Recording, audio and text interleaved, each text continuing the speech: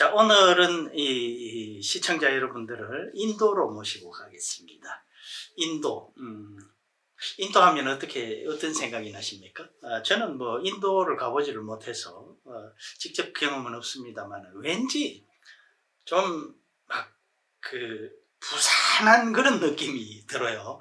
워낙 사람들이 많고 그래서 그렇겠죠. 사진도 보면 왜 빽빽하게 막 길에 막 차와 사람이 엉킨 그런 모습들이 많이 보이지 않습니까?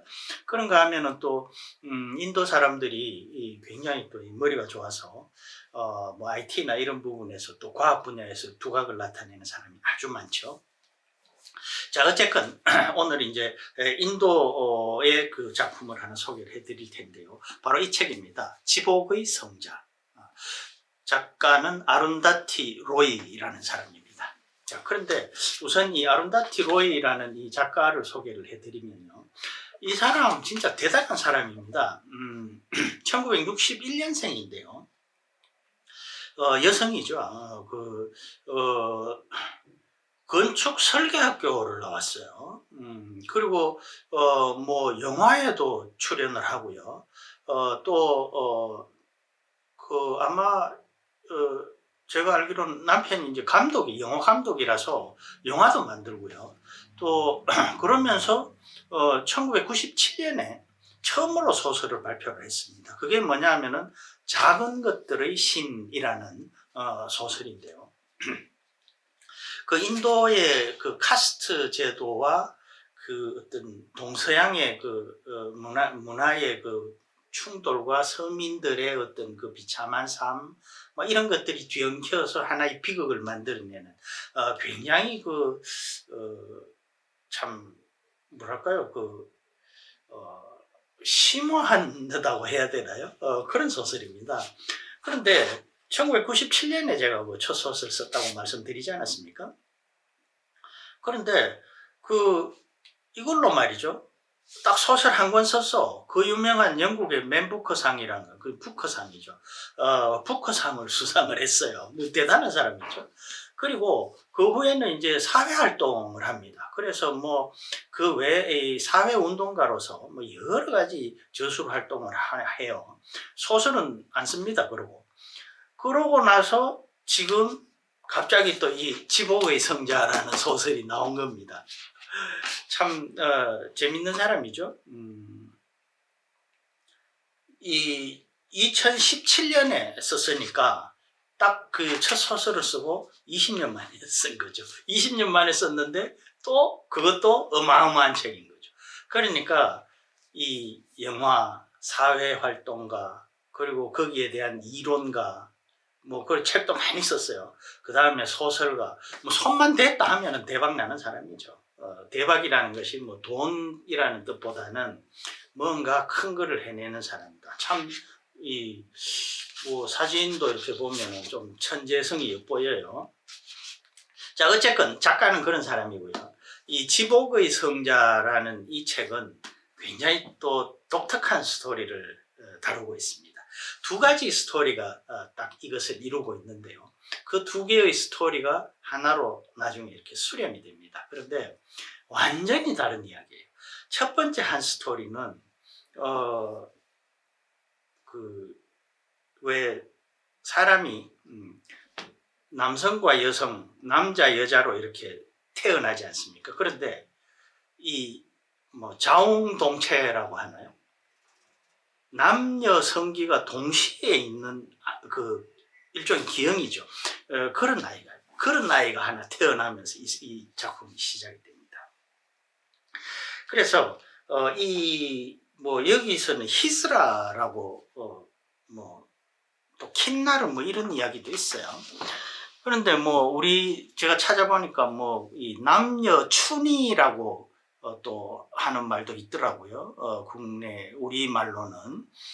그래서 그런 사람을 남녀 춘이라고 이렇게 한답니다. 영어로는 허머프로다이트라고 하는데 이 허머프로다이트라는 말이 되게 웃긴 것이 이상적인 남성의 그리스 신으로 말하는 헤르메스, 남성의 상징 헤르메스죠. 그 다음에 이상적인 여성의 상징이라고 하면 아프로디테죠. 그래서 헤르메스의 HERM과 아프로디테를 합친 말입니다. 그러니까 사실 그걸 영어식으로 읽으니까 허머프로다이트라는 게 되는데 헤르마프로디테 이렇게 말해야 되겠죠. 헤르마프로디테.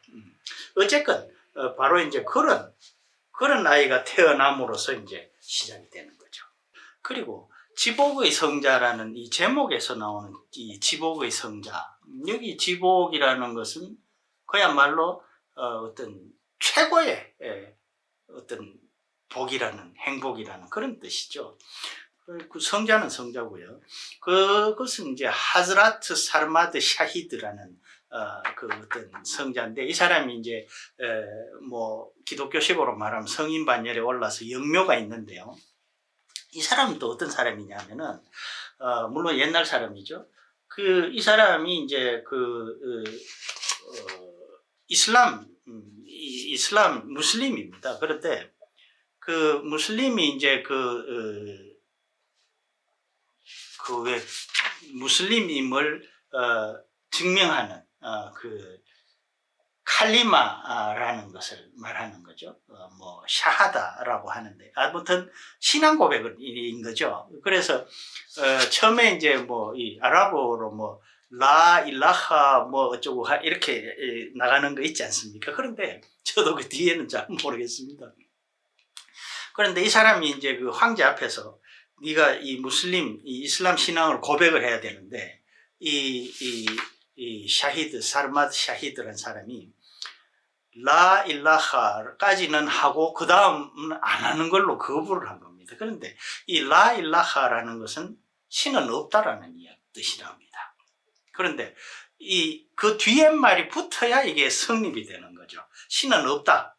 어순이 그런 거죠. 우리말 같으면은 알라 외에는 신이 없다 이렇게 되는데 여기서는 이제 이렇게 하면 신은 없다, 알라 외에는 이렇게 어순이 이렇게 되는 겁니다. 그런데 이 사람이 그 신은 없다까지만 하고 그 다음을 거부를 하는 거예요. 그러니까 왜 거부를 하냐? 자기가 영적인 추구를 완성을 해서 진짜 100% 알라를 신으로 받아들일 그런 영적인 완성이 되지 않으면 그 뒷말은 할 수가 없다고 고집을 하는 거죠. 그러니까 어떻게 보면 굉장히 고지식한 사람이지만 그러니까 성자라는 겁니다. 그래서 그 사람의 영묘가 있어요. 그 영묘에 이 자웅동체인 애를 낳은 엄마가 얼마나 놀라고 걱정이 됐겠어요. 그 영묘에 가서 이제 참배를 하는 겁니다. 그래서 그 지복의 성자인데, 이 지복의 성자라는 이 사람의 어떤 뭐 영적인 상태랄까요? 이런 것들이 이 작품 전면에 이제 흐르고 있는 거죠. 말하자면은 어떤 하나의 신앙 고백이라는 것이 어떤 면에서는 진짜 이 성자가 뒷말을 못한 것처럼 우리 현실에 그런 게 있다는 그런 현실이라는 거죠. 그것이. 그래서 지금 바로 이 남녀춘이 자웅동체로 태어난 이 아이가 바로 그런 어떤 그런 것의 어떤 화신이랄까 현현이라고 해야 되나요? 인간으로 이렇게 나타나 있는 거죠. 그래서 이 아이는 당연히 이제 정체성에 참 혼란을 겪겠죠. 그래서 정체성에 혼란을 겪다가 결국은 이제 성전환자들이 있습니다. 그런 공동체가 있어요. 여기에 그런 공동체에 들어가서 생활을 하면서 자기 이제 정체성을 찾는 거죠. 그러면서 남자처럼 좀 생겼는데 이제 여성화되는 겁니다. 여자로 살아가는 거죠. 그렇게 살면서 그러다가 이제 나와서 그 무덤 공동묘지 같은 데다가 거기 이제 이렇게 얼기설기해서 자기가 거처를 마련을 하고 자리를 잡으면서 거기 이제 그냥 집을 지어서 사는 거죠. 그러면서 여기가 이제 말하자면 성도착, 그러니까 도착이라고 표현하면 좀 이상한가요? 정체성이 이제 혼란을 빚는 사람들, 그래서 뭐 성전환 수술을 했다든가 이런 사람들의 이제 어떤 보금자리처럼 되고 그런 안식처가 되는 거죠. 그래서 그런 사람들의 그 갈등과 어떤 그런 것들이 한 소설의 한 부분을 차지를 하고요. 또 다른 한 부분은 카슈미르 분쟁이 나옵니다. 카슈미르 분쟁은 뭐냐면은 이제 그 인도가 카슈미르의 무슬림을 탄압을 하는 거죠. 그 반군과 이제 그 반군을 탄압을 하는 겁니다. 여기에 이제 한 대학의 친구, 남자 셋과 여성 한 명이 나오는데, 이 여성에 대해서는 이 세 남자가 다 연정을 품어요. 그런데 이 세 남자 중에 두 명은 인도, 한 명은 카슈미르의 회교도입니다. 이 두 사람은 인도의 힌두교도고요. 그래서 한 명은 이제 대학을 졸업하고 정보기관의 고위청이 돼서 카슈미르에서 그 반군을 토벌하는, 탄압하는 그런 역할을 하게 되고요. 한 명은 이제 기자가 됩니다. 그러니까 언론계에서 이제 또 그런 문제를 다루는 거죠. 그리고 또 한 사람은 그 카슈미르 출신은 무슬림이니까 거기에 반군 지도자가 되는 거죠. 그래서 이렇게 얽히면서 이 여성이 또 한 사람의 여성, 이 여성은 건축학을 아마 하는 거 했던 걸로 제가 기억해요. 이 여성이 이제 사실은 그 정보기관 고위직 이 친구가 사랑을 했지만 이 여성은 그 카슈미르 그 반군 그 친구를 또 사랑을 하고요. 그러면서 나중에 결혼은 또 기자와 합니다. 그런 복잡한 이제 그 어떤 그런 것을 있는데, 그 카슈미르에 가서 이제 그 반군 지도자를 만나요. 이 여성이. 그래서 거기서 이제 쭉 같이 이 시간을 보내면서 이제 그 인도의 카슈미르 반군에 대한 무자비한 탄압에 대한 어떤 그 비인도적인 이런 행위들이 적나라하게 고발이 됩니다. 그런데 따지고 보면 그 인도 당국만 카슈미르 반군을 그렇게 탄압하느냐? 뭐 여기에 그렇게 자세하게 묘사는 되지 않습니다만은 그 반대의 행위도 또 조금 얼핏 비쳐요. 그러니까 다시 말씀드리면은 그런 어떤 양 세력의 그 충돌에 빚어지는 어떤 비합리성, 비인간성 이런 것들이 고발이 되는 거죠. 그렇게 충돌이 되는 그 비합리성, 비인간성, 카슈미르 분쟁과 여기 남녀 자웅동체가 빚어내는 어떤 그런 충돌, 이것이 병립이 되어 있는 거죠. 그래서 결국은 그 여성, 카슈미르 반군 지도자를 사랑한 그 여성도 이 자웅동체의 그 여성이 만든 쉼터라고 할까요? 그쪽으로 합류를 하게 되고 그런 스토리가 이제 쭉 나와 있는데, 제가 뭐 여기에 나와 있는 여러 가지 좀 철학적이라고 할까요? 사변적이라고 할까요? 그런 내용들을 일일이 다 말씀드리기는 참 어렵고요. 어쨌건 이 책을 통해서 그 인간의 그 어떤 자신의 정체성, 그리고 그 정체성이라는 것이 이 보편적인 가치에서 벗어났을 때 겪게 되는 그 엄청난 압박, 그리고 살 수 없는 정상적인 생활을 할 수 없는 그런 상황, 이런 것들이 많이 그런 것들이 뼈저리게 느껴질 수 있고요. 그 다음에 또 그 인도 카슈미르 분쟁에서 보는 그런 비인도적이면서 정말 납득할 수 없는, 그러니까 참 제정신을 가졌다면 이럴 수가 있을까 할 정도로 그런 것들이 이제 뭐 민족이라든가 종교의 이름으로 자행되는 데 대한 어떤 비판이랄까요? 그런 것들이 아주 짙게 이렇게 녹아 있습니다. 그래서 여기에 뒤표지에 이렇게 써져 있어요. 현실의 그림자로 살다가 역사의 얼룩으로 쓰러지는 가장 비속하고 성스러운 이들에게 바치는 찬가.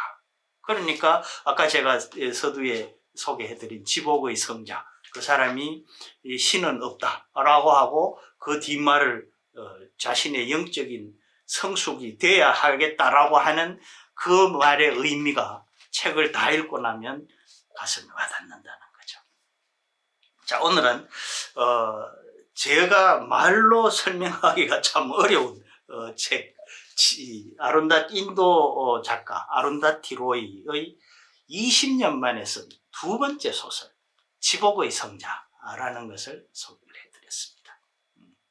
꼭 한번 읽어보시기를 추천드립니다. 뭐 읽기가 사실은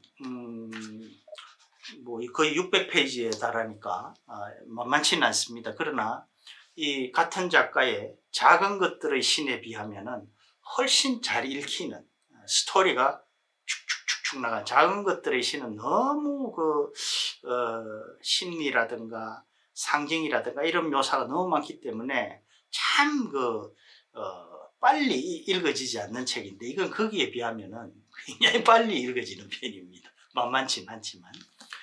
자, 끝까지 시청해 주셔서 대단히 고맙습니다.